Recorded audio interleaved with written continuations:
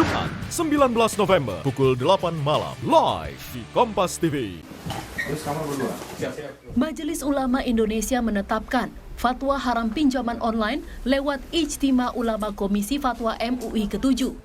Ketua Bidang Fatwa MUI Asrorunia menyebut semua jenis pinjam-meminjam yang mengandung riba adalah haram, baik online maupun offline.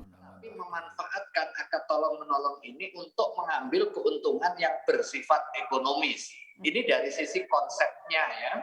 Makanya orang yang mengambil keuntungan dari akad pinjam-meminjam atau jual atau utang piutang itu tidak dibenarkan secara syar'i karena itu masuk kategori akad ribawi.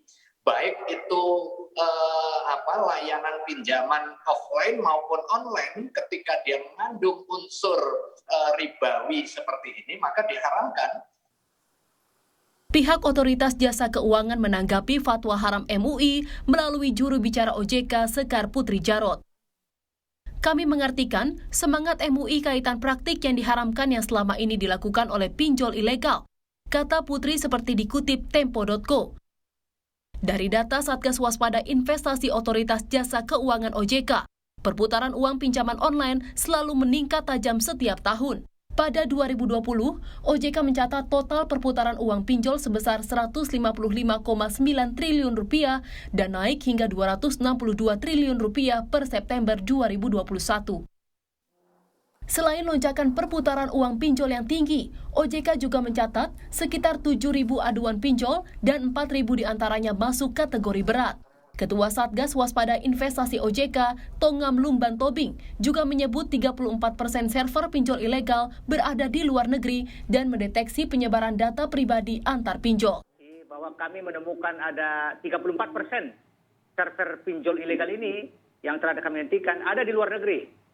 Dari data tersebut bisa diindikasikan bahwa terdapat dugaan sumber dana juga berasal dari luar negeri. Karena mereka ini selalu menyebarkan data-data itu kepada pinjol ilegal lain. Misalnya kita dapat indikasi bahwa tiba-tiba kita dapat transfer dana tanpa meminjam. Ini terbukti bahwa mereka itu menyebarkan data-data pribadi kita.